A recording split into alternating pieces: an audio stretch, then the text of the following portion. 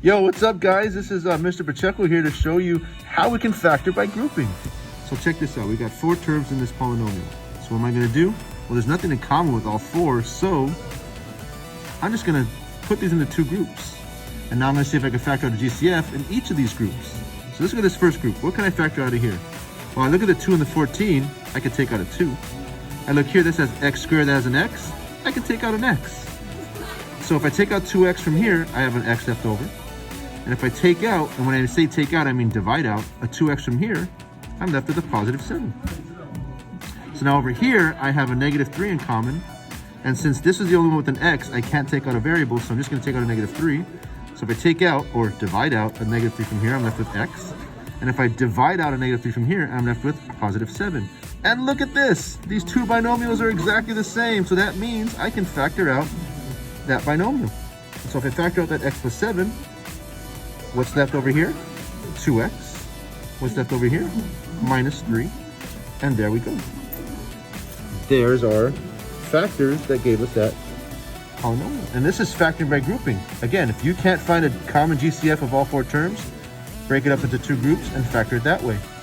Hope that helps. All right, so sometimes you might fall into a pitfall, so I want to make sure you don't. So let's do this. So here's another problem, right? So I'm going to factor by grouping. How do we know what's grouping? Well, there's 4 terms.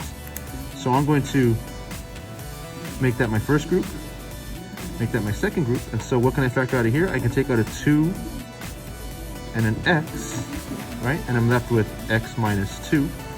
And over here, I can take out a 2, right? So let me take out a 2 plus 2. If I take out a 2, I'm left with 3x minus 6.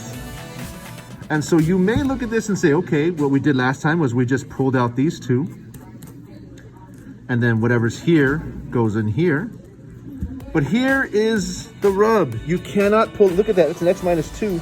That's a 3x minus 6. They are not the same, right? And our last problem, we had these 2 binomials exactly the same, and that's how we knew we can factor it out.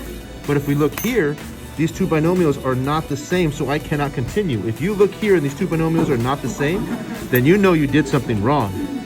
So I'm gonna have to cross this out, and guess what? It's okay to be wrong. It's okay to cross things out and start all over. So let's look again.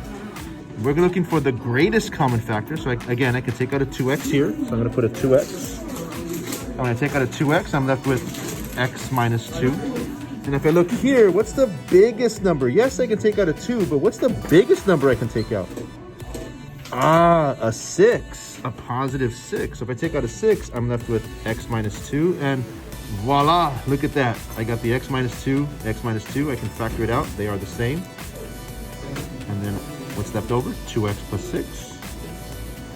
And I am done. So be careful. Don't fall into that trap. If these 2 are not the same, you cannot continue. Cross it out.